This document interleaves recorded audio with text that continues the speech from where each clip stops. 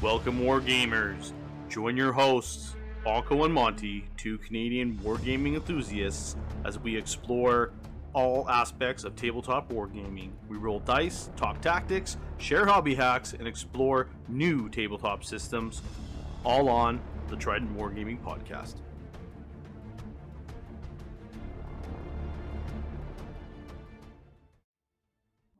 Hey everybody, welcome back to Trident Wargaming. It's Bonko and Monty coming at you with a bolt action episode. I know it probably sounds weird to hear my voice opening up for one of those. Today we have a really special trio of guests coming on board. We've got a triple threat from Warlord Games. We've got Jay, John, and Lorenzo that have taken time out of their day. They're running a big event there at Millennium Con to talk to us about events, gaming, bolt action, everything. So we'll jump right in with some chat with those guys. You guys are looking pretty dapper in your Warlord shirts, so everybody's gonna know my house. So I don't know. It's whatever. Yeah, that's fine. Can you put like a block, one of those like? I can put the sensor line over your eyes. Yeah, the sensor block over my face. Yeah. So you guys, pretty heavy into bolt action then, huh? Yeah, I am for sure. I dragged Bill with me too. Finally, and he's deep. Yeah, he's pulling me down with him slowly. It's been good though. I've got probably, I'll say maybe 12 games under my belt. With an American force, and I'm just starting to kind of look at the Germans as well now. So nice, yeah, that looks better. I typically, out of all the Warlord games, I dabble in all of them, but bolt action is definitely my A1. Bread and butter. I have every flavor of German. I just got fucking Italians now. Just purchased today. Yeah, I just purchased a bunch of Italians today, so that's my next army. I have some Russians and U.S., but yeah, my main forces, like I said, any flavor of Germans you can think of, I can put it on the table. Nice. That's awesome. Yeah, I started with Soviets, and then that happened. So, but mainly been playing Germans lately. Right now, just kind of a winter German force. Nice. So we've been doing. I had a Stalingrad campaign earlier in the year, which was pretty successful. Everybody had a great time with it, and it lasted a fair bit. So the community was super hyped for doing that kind of stuff. And of course, myself with doing a little bit of photoshopping and stuff, and bringing the maps and showing the territories being taken, and using the Stalingrad campaign book, the rules in the back there was great. So it helped a lot, and it was a fun time. So we definitely had a couple of key moments the last couple of games. I think Bill was one of our players to just keep us in the fight for one round, and just hanging on for dear life, yeah. Waiting for those reinforcements, right? So that's the beauty of bolt action. You know, everybody's got a bolt action story that everybody enjoys to listen to, because we all have that moment when that dice went or whatever, how it happened, and that's what's great about bolt action. Yeah, no, it's truly, for myself, definitely like number one game for me. Even though Bill's probably gonna gasp with the heresy, but yeah, for me, I got the bug too. Yeah, for me, it's just been like instantly fell in love with it, and it's still strong. So very, very happy playing it and teaching it, especially being the Sarge here at this local store as well. So it's been great, and then with Emiliano. Being able to work with him as well, and then obviously, first time I went to Vegas, I actually met Chi, and I'm glad I did. It was a great experience with him, and felt like a brother, right? Like just instantly, just captured your kind of energy, and it was like this, Chi's awesome, right? He was awesome, right? So, yeah. So like just overall great experience.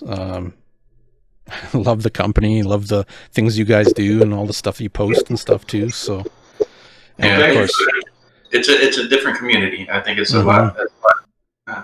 I hate to use the word mature, but it seems like it's a more laid back, mature crowd. Even if we do have 17, 18-year-old, 14-year-olds playing in the tournament. I ran a tournament 2 years back, and my son was out helping me just on a visit, and I needed an extra player, and he jumped in, never playing a game in bolt action, and freaking loved it. Freaking actually did pretty decent with a Japanese army that somebody gave him. Oh, And then bolt action will actually bring out the best in some of the tournament crowd, if you like to say. well, we've all had the experience with another company with the same initials that I lose fingers when I talk about the tournaments we'd run in the past and had the problems. And I can flip that and say bolt action, and me and Jay and Lorenzo, I have fingers left over on one hand of the times we had trouble in a bolt action tournament with players. It's just like Jay said, it's a completely different. Mature is maybe a good word, I don't know, but it is a different audience. Nice. But yeah, I got the 30K bug too, so I'm right there with you. Who doesn't?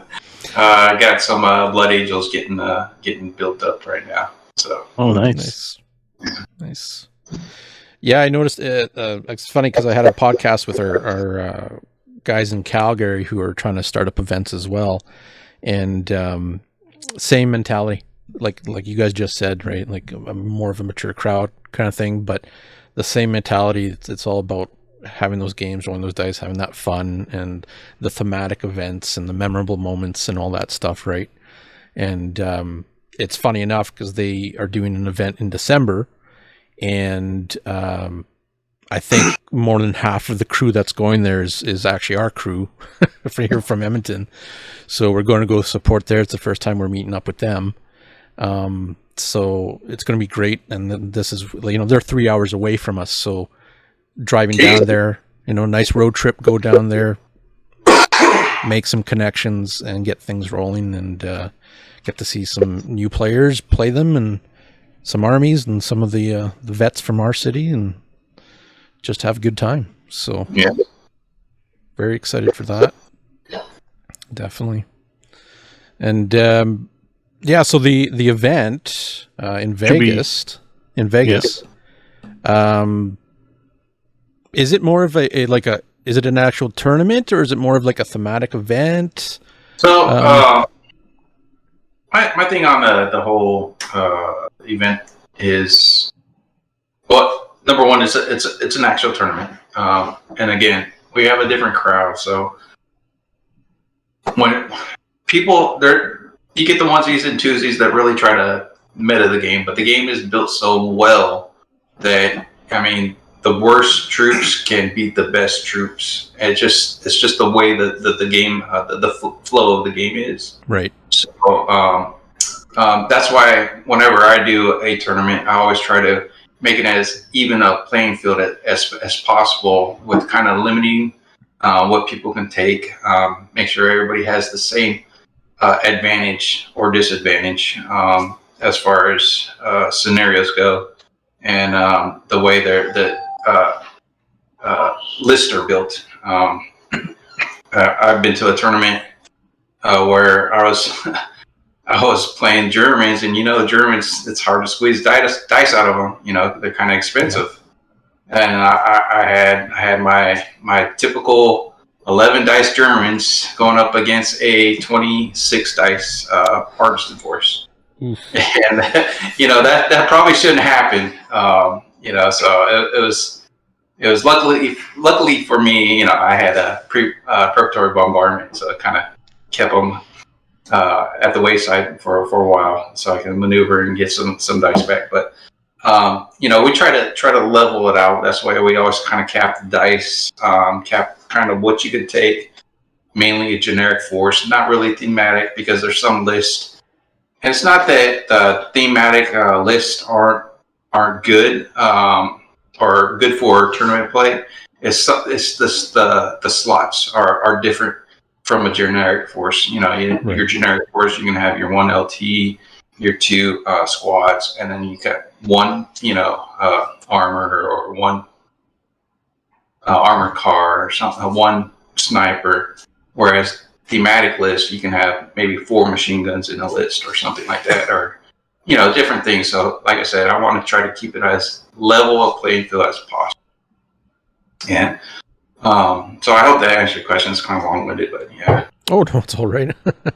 No, it's a lot of the points that you've made there. It's very similar with some of the events that I've seen here locally as well. Is the capped order dice and sticking to the reinforced platoons. So yeah, it seems like that's kind of a good standard across the board, right? For an even playing field. Because a lot of the theater selectors, obviously, they're meant for those campaign books for those specific missions, those specific armies and stuff like that, right? And I do know with our Stalingrad campaign, I had everybody kind of jump in, even if they weren't the right armies. It was like, let's get playing, right? And definitely had to do a lot of tweaking because of the missions, just so that people had a fair chance at playing the sides and having equal forces, so that people had a good experience, right? So that's good to hear, that kind of balance for the events. And then I'm sorry, but it's not to say that we don't run thematic tournaments per se, but it's hard. It's hard, like I said, it's hard to foretell that. Even if I do run a thematic tournament, I kind of still use the shell of the generic reinforced platoons. Maybe we try to say, it's an early war, and we kind of cap armor values at 7 or something like that. Right. So you can still pull into the thematic, but it's more of aesthetic than actual in the gameplay. So I kind of try to mix that every now and again, but it's always something where I know it will be even across the board, Definitely. That's good. And Lorenzo, you guys run the tournaments and stuff in the UK as well. Do you have anything is it similar to what you guys do in Vegas? Have you been to some of those events? I don't follow tournaments per se. There are tournaments that I run, that happens all the time in the UK. Okay.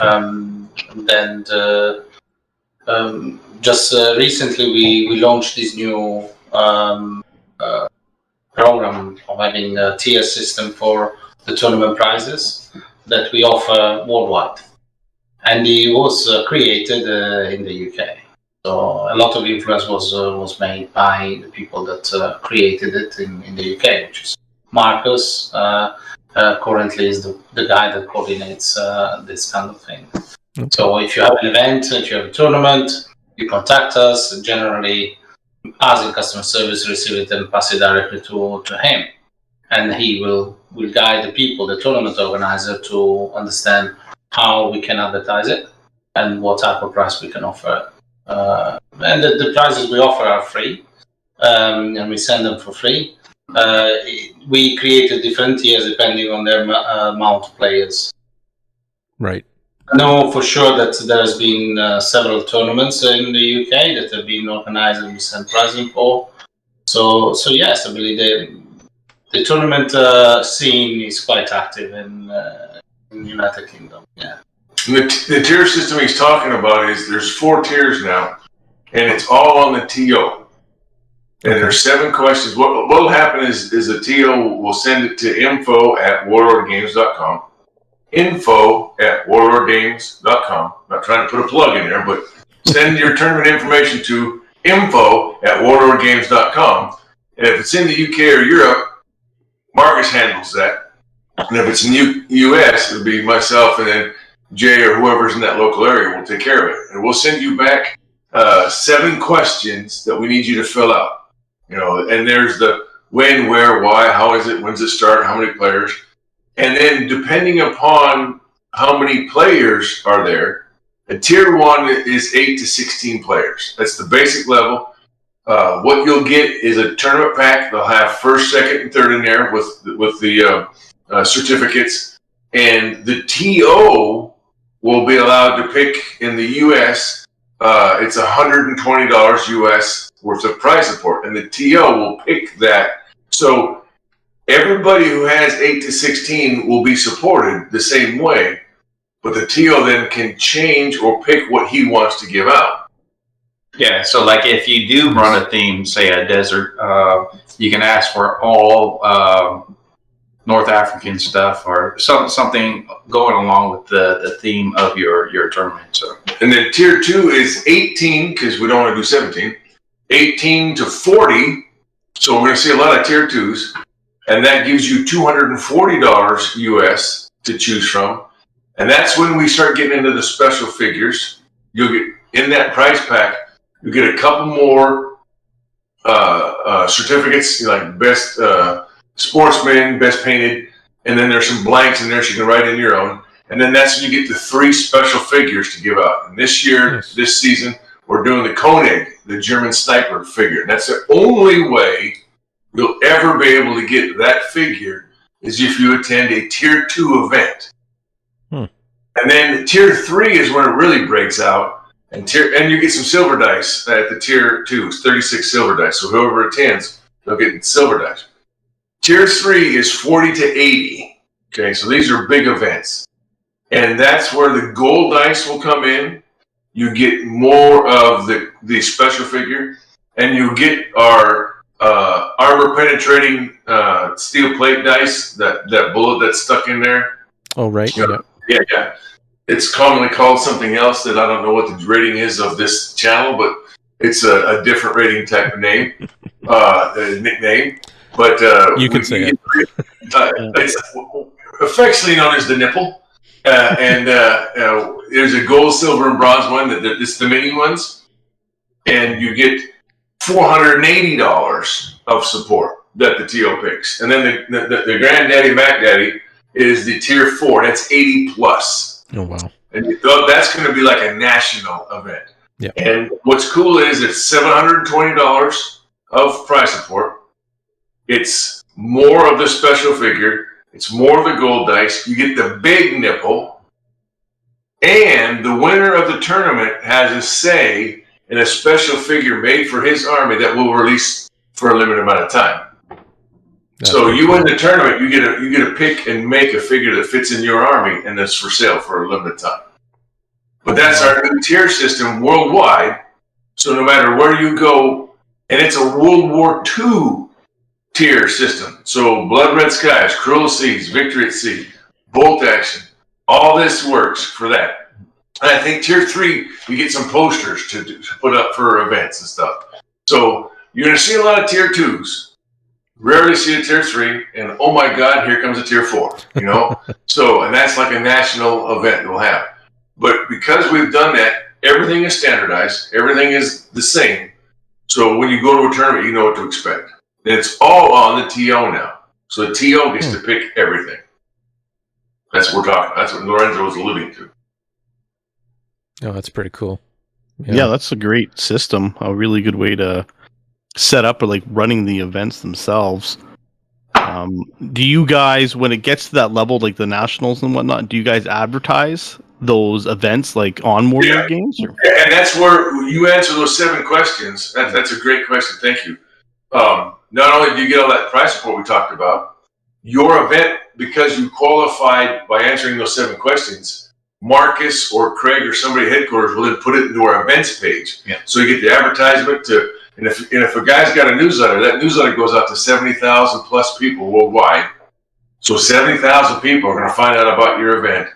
It's listed on the event. They can go to the events page on play.warlord.com, play.warlord.com, and you'll see the events listed. Like MillenniumCon this weekend is listed on there, and they'll show all the different events.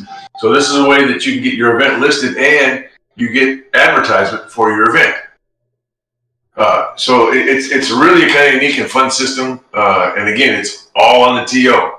So the TO has to decide what he wants to do, how he wants to do it. And as long as you answer those 7 questions, you're in like Flint. Nice. Oh, that's pretty good. Yeah. Again, long answer to a short question. Sorry. Oh, that's excellent. That's more info, the better. That's for sure. That's good to hear. I'm gonna have to definitely dive into that and make sure I check those out. Well, and the other thing that's kind of cool is if you're going to do an event, all you T.Os out there, and you think you might get 14 players, that's a tier 1. But if you can get 4 more guys, now you're a tier 2, and you get double the amount of money. So instead of 120, you get 240. So maybe you should try just a little bit harder to get 4 more dudes or dudettes to show up at your event, and now you're tier 2. Nice. Yeah, no, it's been a pretty good battle to keep players going here locally. I've had my hands full with running demos and whatnot in the last, I don't know, couple of months with new players and stuff.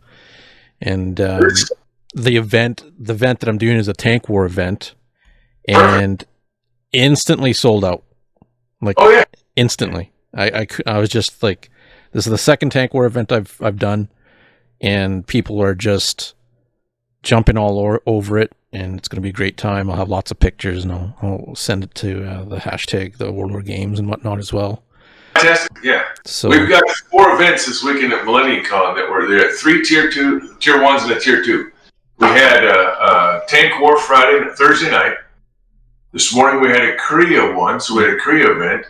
This afternoon, then we had a themed event, and then tomorrow is the tournament. That's a tier 2. So there's 4 events this weekend at MillenniumCon, and so this tier system is a World War II, but it works for Korea. And when we get K-47 fixed and back online, that will qualify as well. Not that I'm saying, but hey, K-47 will work too. Yeah, the tank war event is a good way to get people in because it's a small footprint, a small amount of models typically, and who doesn't like pushing around big tanks, Yeah, people love them. Yeah. Yeah, no, it was pretty good. It was all the regulars definitely came out, and some newbies are coming, so that's good. Sure. And what's great about this tier thing is it puts the power in the TO. So if he wants to do big cats, or he wants to do mouse, or we don't care what the TO wants to do because it's his event. It's all on his shoulders. So they answer those 7 questions. There you go. It's just making it a lot easier for the TOs to kind of cater their price support to their audience. They're 90% of the time they're going to know who's going to show up. They know who's playing what, and a guy that's coming out and only has one army, maybe a way to push him into a direction to kind of expand his stuff is have price support for stuff that people don't have. It's like, oh, now I got a box of Polish. I guess I'm gonna have to start a Polish army, type thing. Yep. So yeah, it's good way to expand it and make people want to try new things. Is this tier system being able to cater your price support to your audience. Nice, very nice. Yeah, with events and everything happening, of course, across the world, has any of the other game systems like Victory at Sea, Cruel Seas,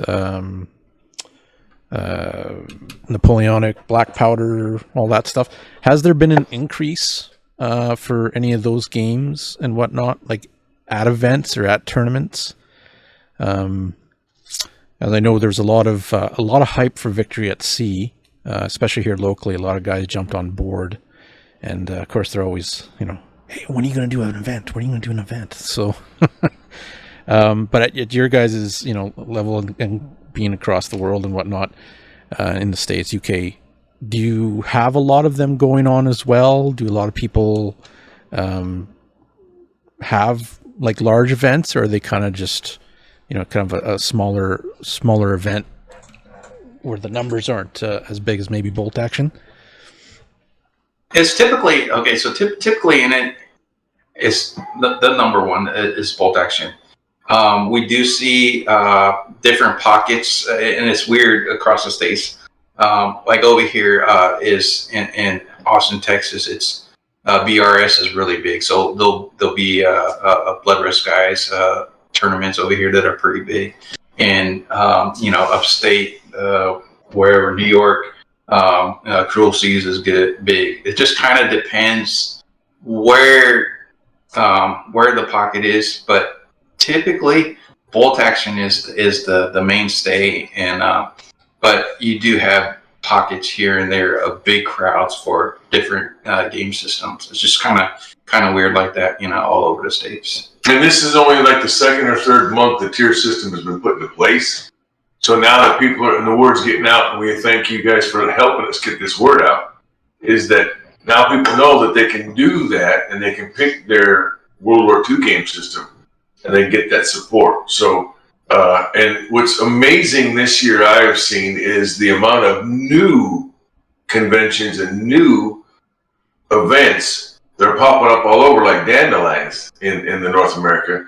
They're all over the place, and they're just a new one's popping up almost every other week. You're like, oh shit, we got to go sponsor that one. Oh crap, we got to sponsor that one. So if you contact us at info@warlordgames.com and you tell us what's going on, we can help get the word out. And again, Marcus is like a one-legged man in an ass-kicking contest right now because he's getting so many applications. And we want to help everybody who sends in stuff, but we got to have those 7 questions answered so that we can put all this stuff on the events and we can start getting you that prize support as fast as we can. And we would really, really, really like to have that about at least no sooner than 30 days from your event. It's just easier. No later than 30 days, because it's hard to do worldwide shipping inside that window. Lorenzo can talk about how much fun it is trying to turn a 2-week event. It just doesn't happen. So we need at least 30 days to make it work right, and that's bare bone. What do you see in tournament wise? Tournament wise in the UK, I think is exactly what you have answered. There's some sporadic events of other systems, especially those related to World War II. In terms of as tournament at least. What we hope instead it happens that the high level of popularity of bolt action and with the initiative of the tournament organizer to create a different type of experience is that bolt actions event or even tournaments if you want, not necessarily tournaments though, would actually include other gaming systems. To give the players a more complete experience linked to the theme of World War II, for example. So we hope that what's going to happen is that we have a lot of bolt action events, and sometimes we have some bolt action events that also have Blood Red Skies. And if we can link the games of the two games together, the games, the matches of the both gaming system together, it's just another more complete experience. It's just another, It is obviously good for Warlord Games because sell more models. Someone has got Germans in bolt action, start to buy Messerschmitt for the sky. But we do believe that it is an improved experience. It's just more varied and it's interesting. And the same goes for other games like Victory at Sea or maybe even going back on Cruel Seas, for example. This is what we hope to happen. Yeah. And we're hoping too that as this matures, and you kind of alluded to it earlier, if this is successful and if this works, we could maybe put this to Black Powder, or we could put this to Hail Caesar or SPQR, or insert Warlord Game system here, because ultimately it's on the T.O's shoulders. Right. So if he wants to do a Black Powder event, we can maybe support that Black Powder event, because it's no longer about points. It's no longer about as a narrative, as a competitive. It's about the T.O. wanting to put on an event. So as this tier system matures, and we can expand it to other of our game systems. I think we're at about 16 or 17 right now of different types. Right. we can do that. But right now it's World War II. And the more we can link that in, like Lorenzo was saying, if you can get a 1 or 2 tier event going with Blood Red Skies, Cruel Seas, like a combined arms weekend, to make that into an Ultimate War or Total War, that's 2 or 3 events that you can have as a TO getting all that support. And if you have a multiple event, like this weekend at MillenniumCon, don't say, well, if you have 12 people, 24 people, 12 people, 36, 40, we're up to a tier 3. No.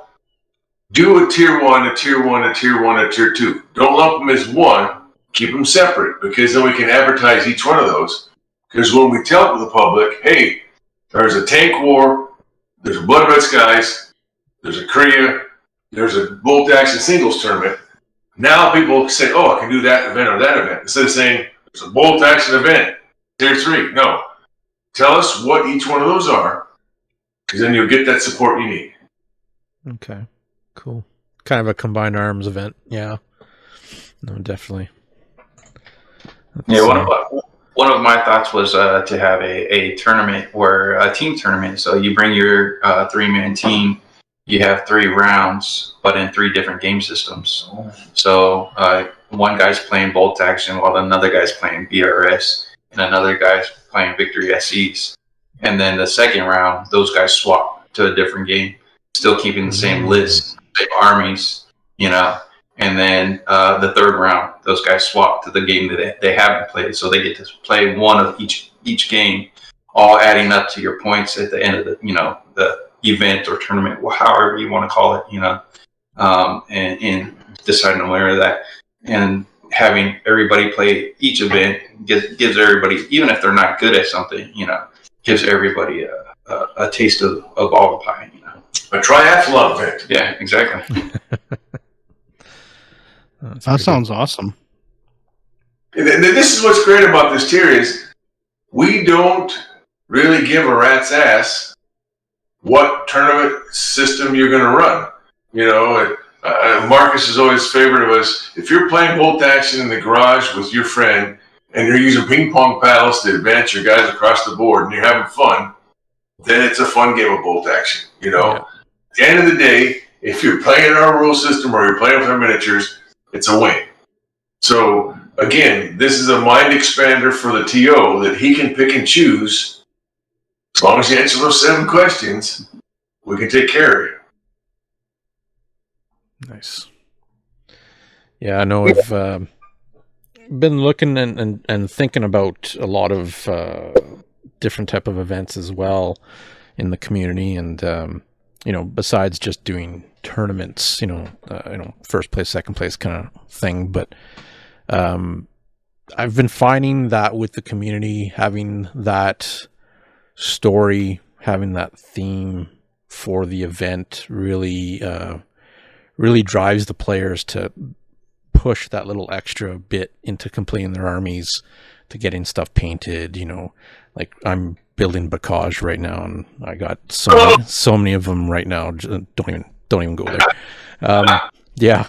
So, but it's to bring another experience to the table, right? To have some kind of different aspect to the table. And I've been finding that as we're playing these games, as we're going forward with events, I'm getting a lot better reception to these events when it's that style of gaming, right? Compared to first place, second place, winner kind of thing.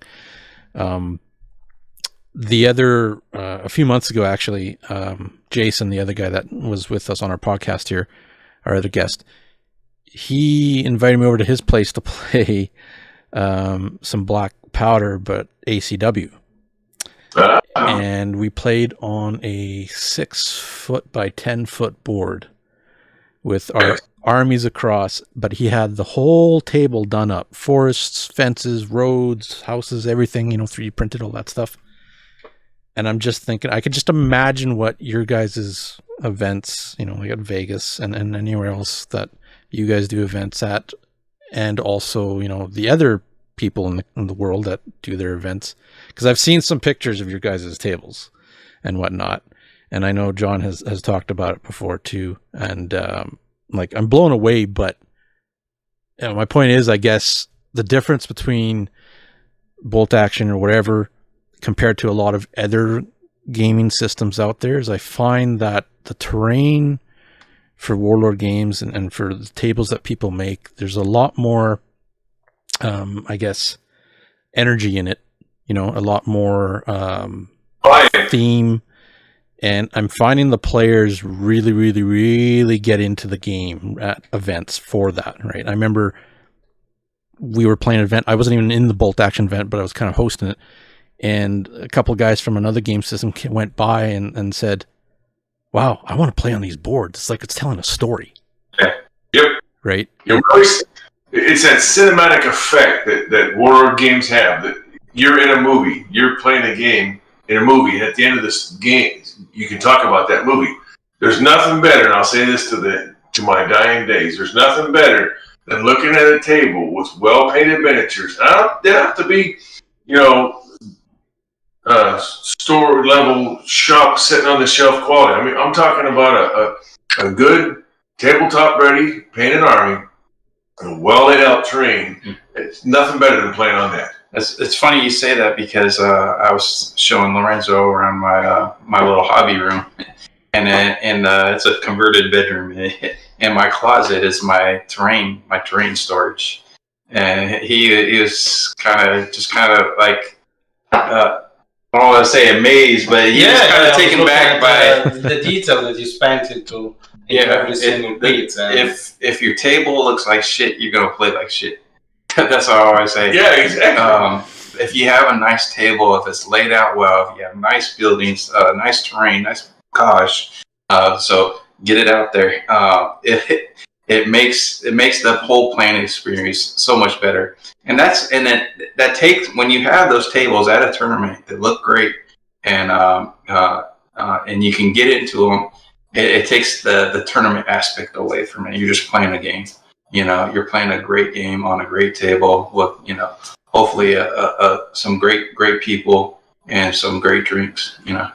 There's also something more personal that you can put on the table, something that is not really necessary, but gives some character to it. One of the comments that we received today to your table. Oh, thank you. Yeah, while we spend a lot of time into making a great table. I mean, the table you created for Korea with all the Korean village and the rice pads and so on is great. It's fantastic. But the comment that was given at the end was, and the animals that you put in there. The ducks, the geese, the cows, the sheep. Chickens, pigs, the dog, the horse, the cows. And suddenly the table just is alive. Yeah. Even without the models. And then the models become protagonists of an environment that exists, is real. Yeah. I have to say that this is something that we do also at John's house. John Stallard, the owner of the business, he organizes almost every other week. Thursday nights. On Thursday nights. And we usually play Black Powder or Pike and Shot. Sometimes we play other games, but most of the time is that. And he's got this huge table. He's got something like, I think it's 8 or 10 by 4, or right. by even bigger, by 6. And what is always on his table, there's always some sheep. There's always some farmer that is trying to put the sheep, take the sheep and put them into the pen. And there's always some little cart with stuff in it. And even if, when you play Black Powder, we have to move the unit, we put it aside, we move it. Of course, we can create rules for that as well. It makes it funnier. But most of the time, if we want to have a quick game, we ignore it. Still, your eye does not ignore it. Yeah. The level of involvement you have and inspiration you have into playing and looking at the table like that is unique, and you want to have that too. So even in the little piece of terrain you do, if you make it special, if you make it unique, it will attract the eye. Even the person that does not really see it will still see it. It's part of what makes it more real. It's all worth that extra effort you put in there, and it's just It's not quite whimsical, but it's fun to put in there. And as Lorenzo's alluding to, we like to have fun with our games because you're spending 2 to 4 hours having fun with our games, and we like to put the fun in there. Here's a quiz for you two guys.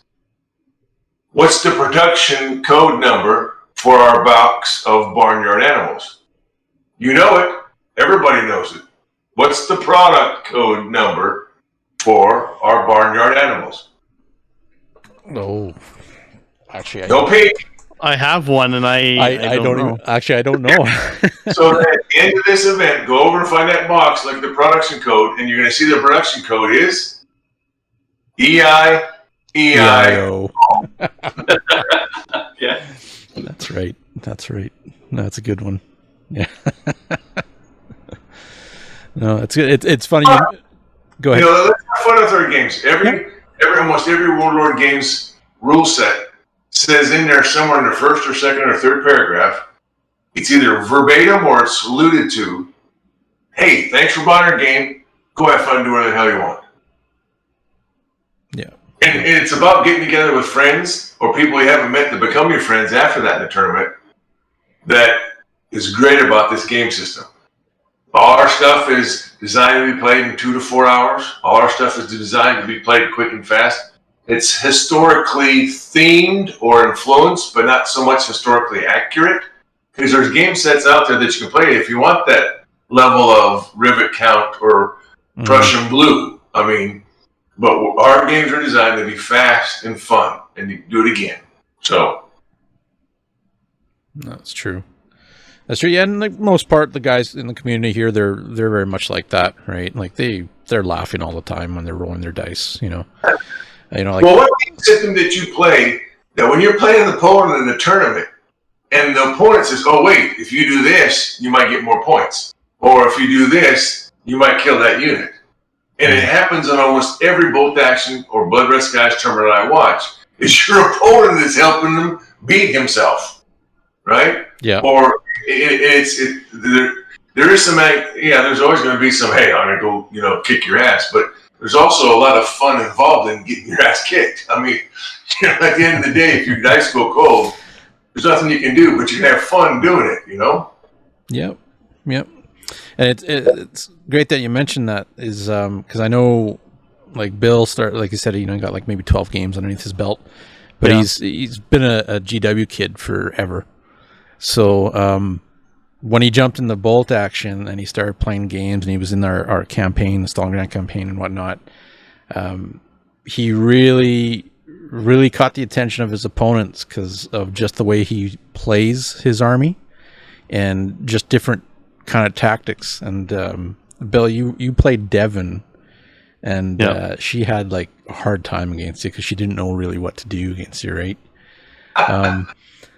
So like it's interesting seeing the players coming from different systems, myself included, right? Like I remember hearing about Warlord Games, but I never looked into it until 6 years ago, and then all of a sudden it was just like, okay, everything move over, I'm in. Like deep dive, I'm in, right? And we can tell from the picture behind you. Thank you very much. Yeah. So, but yeah, just seeing that, being a Sarge for the store, and then hearing people talking like that and conversing with each other about their tactics and helping each other on how to play. And like I've had to do that a lot. Just recently, newer, younger player coming to the shop, and he has a couple little mental disability kind of thing, and he is trying hard to play and get the rules right and stuff. And unfortunately, like he's always apologizing, and I have to set him aside and say, hey, don't worry about it. You know what? It's a game. You're having fun. You're learning. Let's just play it out, show you how it goes, and get it right, and just have fun with it, right? So I've noticed with the bolt action community, there's so much of that, and I appreciate a lot of that, and it just kind of hits you right in the chest where when you see two players doing that, or the guys know that I'm like getting swamped on all sides from people asking me rules questions and this and that, and then one of the guys will jump in and like, you know what, I'll teach this guy today. You know, I'll help him out today, kind of thing. So being the veteran gamer and you know, starting now to realize there's a lot of other games out there than one certain company. You know, it's really good. And having, you know, my best friend Bill here finally jumping ship a little bit, just a little bit, trying out different games.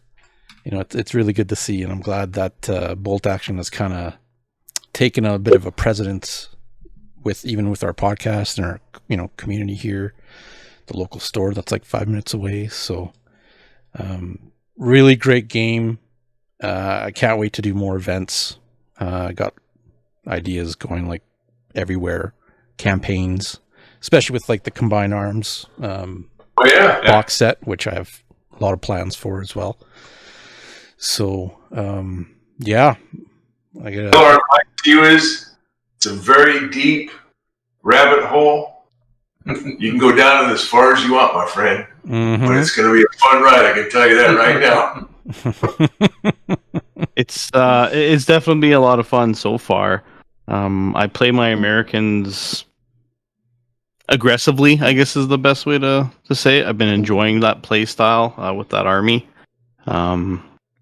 Especially like early on, just asking a lot of questions about, you know, how the game works and everything like that, trying to build up in my mind how I want to make a list and focus on a certain era. Like 1943 was kind of my era or year I honed in on. Looked up technology and what, you know, the American forces had at the time. Tried to actually buy and like make models towards that, and start to kind of play around with some of the theater selectors in that era as well. It's been a lot of fun dialing down to the immersion for the World War II setting. I think there's a certain level of granularity that you get when you start adding on all these, you know, oh, this is my Charlie company, I'm rolling in here, these are my squads, you know, just you really get to kind of put a very cool spin on your own army. You own it essentially, right? So that's kind of the nice thing about it. And that's the great thing. So getting into bolt action, you can get as you can skim the top, or you can do exactly what you said. You can drill down into that company and that squad, that platoon. And okay, I know historically their TONE had, you know, this many people. They had only this type of machine gun, and, you know, stuff like that. Or you could just take it as face cover value. You know, I'm just brand new to the whole game, and I know that's American Army, and that's all that I need to know. You know, so you can get as far deep as you want, or you can just skim the top and still be on the same playing field, you know, game wise as everybody else. Watch Band of Brothers. Yeah. Yeah. Yeah. No, but to drive. That's probably like every 2 weeks. I'll try to look into that. Maybe even The Longest Day, but that is in black and white. Inglorious Bastards. Inglorious Bastards. The other thing that's great, Bill, is no matter how little or how much time you put into that army that you're making, that has become your legacy. And you can hand that down now to your niece or nephew or your son or your cousin or your brother or your sister. And that now becomes a part of you, and you'll live forever. Everybody plays video games, and it's great. But after you play for so many hours, turn it off. There's nothing tangible. But when you sit down for 30 minutes a day to paint your army, or an hour to go do that research, and you become intelligent now in your army, that becomes a part of you, and it's a living history.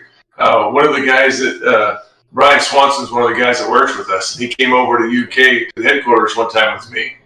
He talked to Pete Healy, who's one of our spinners, and Pete took him down and helped him spin a U.S. Army command for his son. So now Brian's son has a U.S. Army command that his dad spun at headquarters. That's going to be with his son. That is a thing that he can pass on for whatever. I mean, that's all you want, and that's what bolt action can do. All that love and energy and blood, sweat, and tears. and especially if you have a sharp X-Acto knife, be careful with those. You can leave that for your predecessors. And that's the beauty of this wargaming hobby, is it's going to live forever. That's true. It's very true.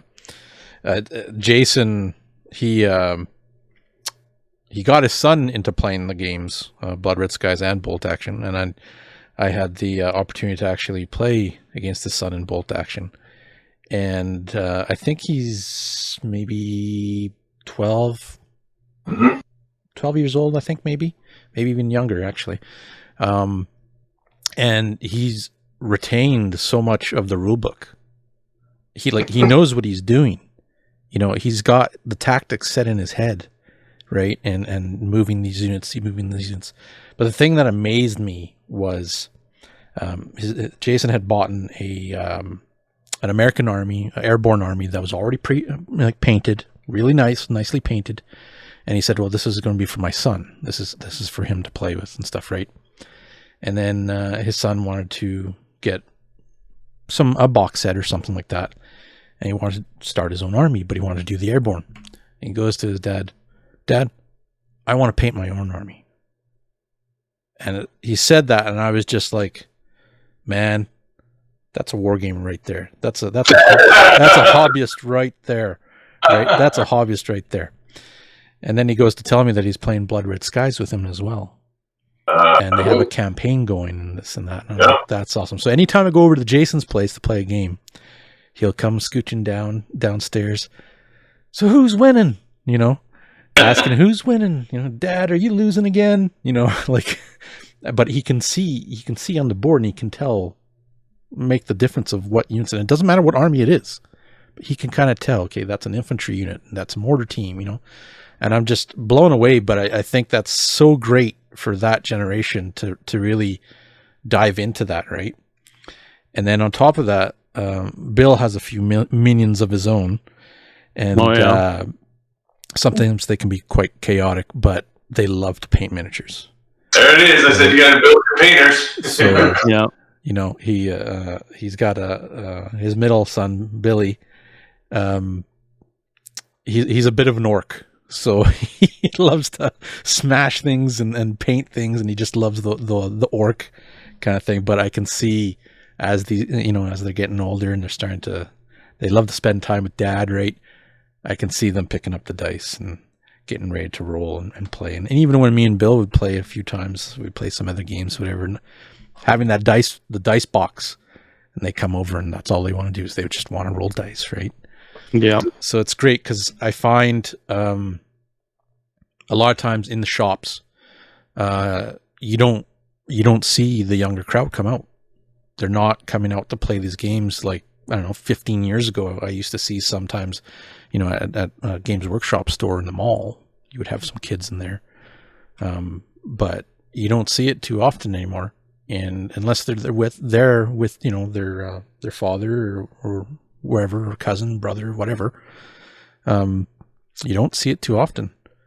But seeing it really, like, get that joy out of it, right? It's just like, right on, that was me.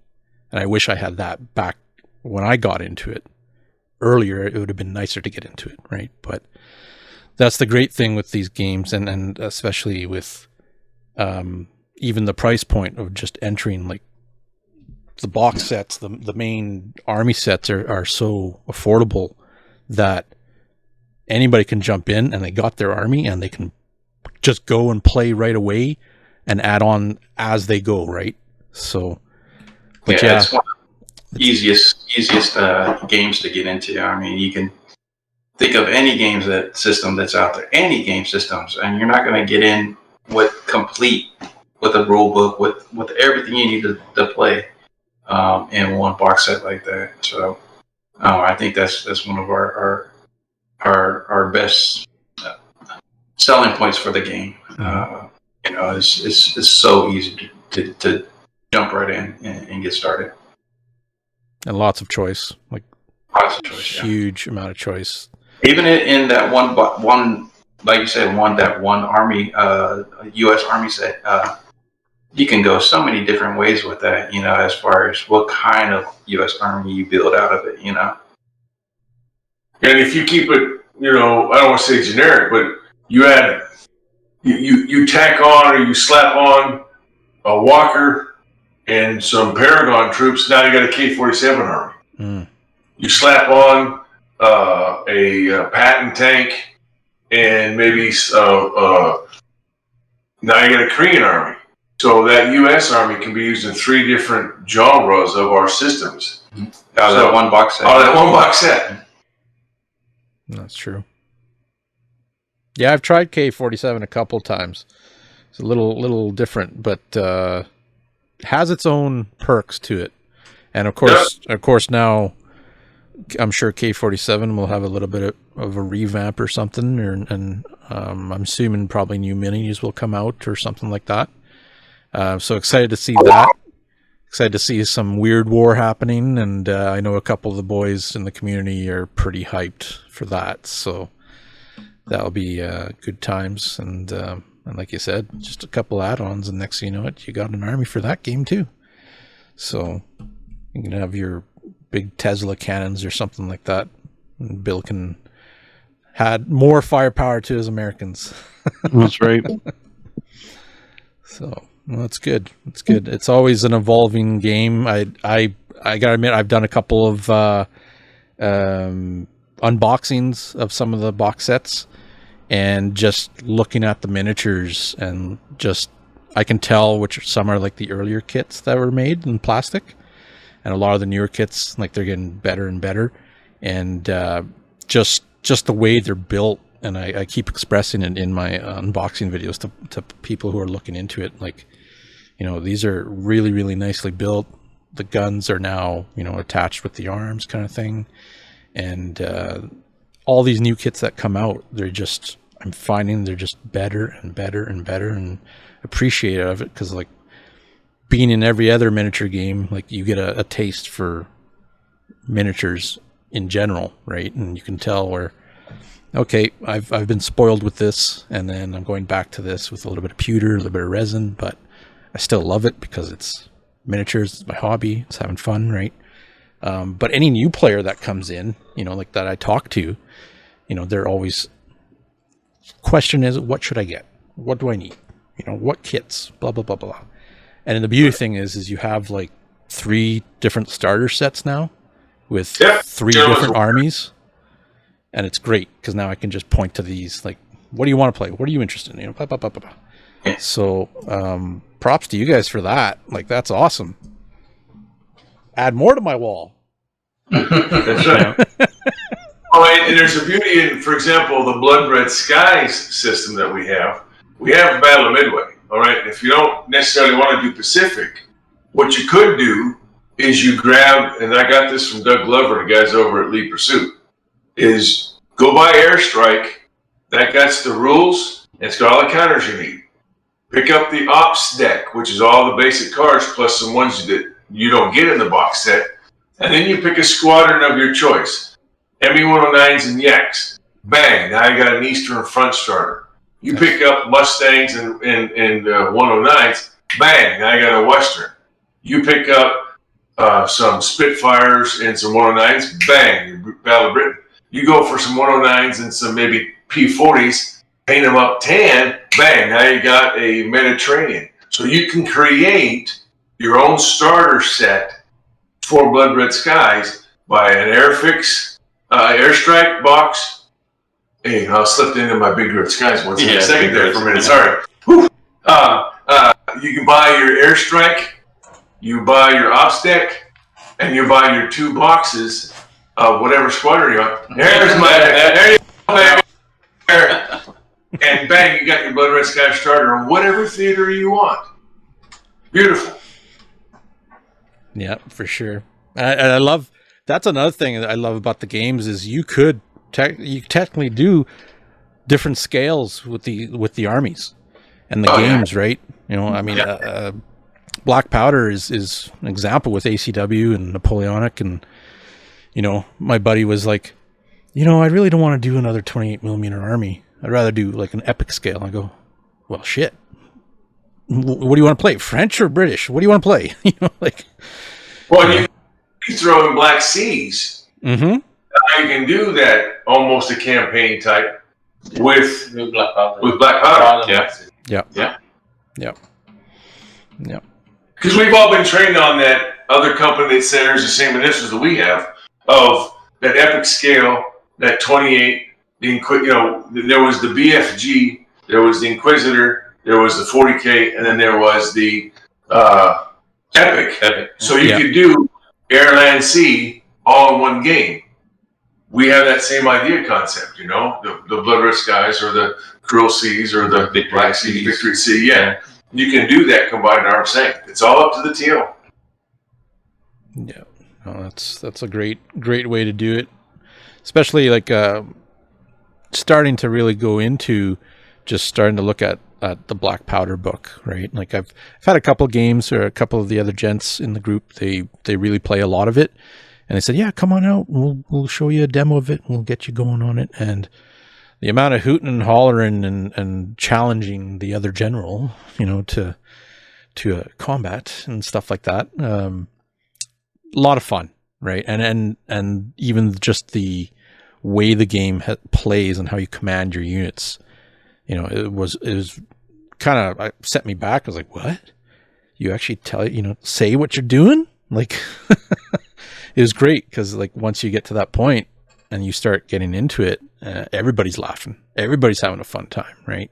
No matter what. I had the shop owner like, yeah, I kind of looked over and you and Mike were just like hollering and laughing and having a great time. I wanted to come over and play. I'm like, well, get in there, So Connor's got that. It was designed to do that. In the past, it was a hard system to try to play within 4 to 5 hours and not have to come back the next couple of days to finish the game. Like Lorenzo alluded to, John's night at his game at his house. Usually you start at 6. House rules will kick in about 9, and you're out of the house by 10. So you play a massive Black Powder game in 4 hours, and you have them all. I mean, actually, it's much faster than that because John wants us out. That's right, exactly. We started up at 6 in general because we eat before. We always want sausage and then we finish around between 8:30 and 9. And it was 2.5 hours games for a game with how many models? Yeah. So probably 400 models per side, maybe more. Oh wow. Obviously, we play very fast. We know the rules. We do it very simple. We make it fun, and we stop only when there is something that requires some laugh and to point out some stupid rolls or fubas.